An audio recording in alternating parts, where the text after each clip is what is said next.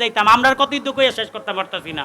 ওই যে মিজানুর রহমান আজহারী সাহেব আইসাব বাংলাদেশে একটা অনুষ্ঠান করছিলেন না, বাংলাদেশের সকল ঘরানার আলেমদেরকে দাওয়াত দিয়েছে। আমাদের সুন্নি ভাইদের পক্ষ থেকেও দুইজন গেছিল, মুস্তফা আজহারী সাহেব, হাসান আজহারী সাহেব।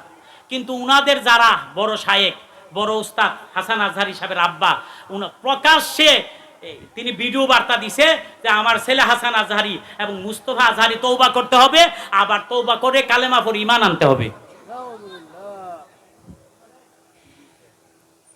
এইগুলা মুসলমানের কাজ, আলেম উলামাদের কাজ।